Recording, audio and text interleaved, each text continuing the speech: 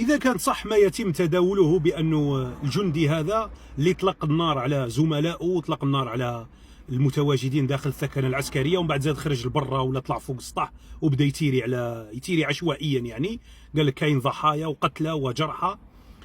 إذا صح أنه دخل في حالة نفسية فوالله سببها الصاروخ والمخدرات، لأنه كاع الجنود يتعاطوا المخدرات والصاروخ. سبحان الله العلي العظيم. دائما نقولوا بأنه الجيش هذا اللي راهو يدخل في 3 ملايين حبة يوميا، 3 ملايين حبة صاروخ تستهلك يوميا، يجي النهار اللي يدفع ثمن هذا الصاروخ اللي راهو يدخل فيه ويرهش فيه، يرهش في أبناء الشعب به.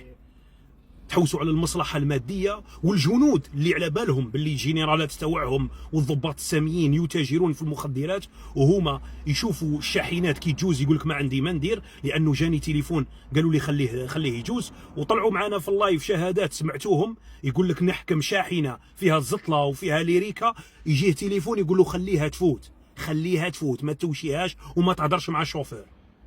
جا النهار اللي يترفد السلاح داخل الثكنة العسكرية ويتم قتل الجنود بسبب ماذا؟ بسبب الهلوسة والمخدرات.